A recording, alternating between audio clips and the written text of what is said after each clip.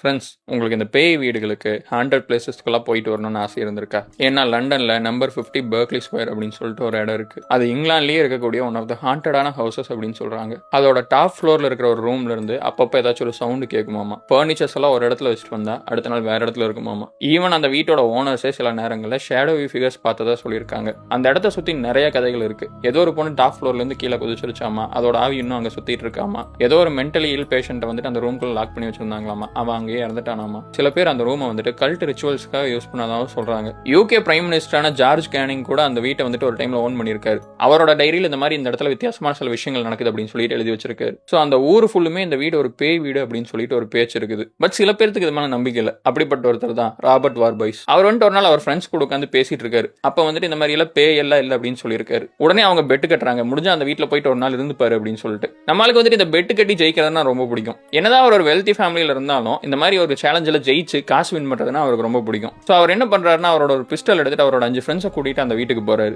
வீட்டு ஓனர் கிட்ட சாவியை வாங்கி அந்த ரூம் ஓப்பன் பண்றாரு. உள்ள போயிட்டு அவர் லாக் பண்ணிக்கிறாரு. ஏதாச்சும் ஒரு பிரச்சனை வந்துச்சு அப்படின்னா நான் பெல் அடிக்கிறேன் அப்படிங்கிற மாதிரி சொல்லியிருக்காரு. ஸோ அவரோட 5 ஃப்ரெண்ட்ஸும் கீழே உட்காந்து கார்டு விளையாடிட்டு இருக்காங்க. பெல் சவுண்டு கேட்கணும் அப்படின்னு சொல்லிட்டு எல்லாரும் ஒரு மாதிரி அமைதியாக தான் உட்காந்து இருந்திருக்காங்க. அப்ப திடீர்னு மேல இருந்து ராபர்ட் கத்துற சவுண்டு கேட்டிருக்கு. கூடவே இந்த பெல் சவுண்டு கேட்டிருக்கு. அவங்க எல்லாரும் மேல ஓடுறாங்க. இவங்க போயிட்டு கதவை தட்டி ஓப்பன் பண்ண சொல்றாங்க. பட் உள்ள இருந்து யாரும் ஓப்பன் பண்ணல. பட் உள்ளுக்குள்ள இருந்து பிஸ்டல்ல சுடுற சவுண்டு கேட்டிருக்கு. ஸோ இவங்களுக்கு வேற வழி இல்லாம அந்த கதவை உடச்சிட்டு உள்ள போய் பாக்குறாங்க. பிஸ்டல் கீழே கிடந்திருக்கு. ராபர்ட் பெட்ல ஒரு ஓரமா படுத்துட்டு வந்திருக்காரு. கையெல்லாம் ஃபுல்லா டைட்டா பிடிச்சிக்கிட்டு பல்ல கடிச்சுக்கிட்டு கண்ணு ஃபுல்லா ஓப்பனா வச்சுக்கிட்டு அப்படியே படுத்துட்டு இருக்காரு. இவங்கெல்லாம் போயிட்டு ராபர்ட்டை எழுப்ப ட்ரை பண்றாங்க. பட் அவர் நகரவே இல்லை.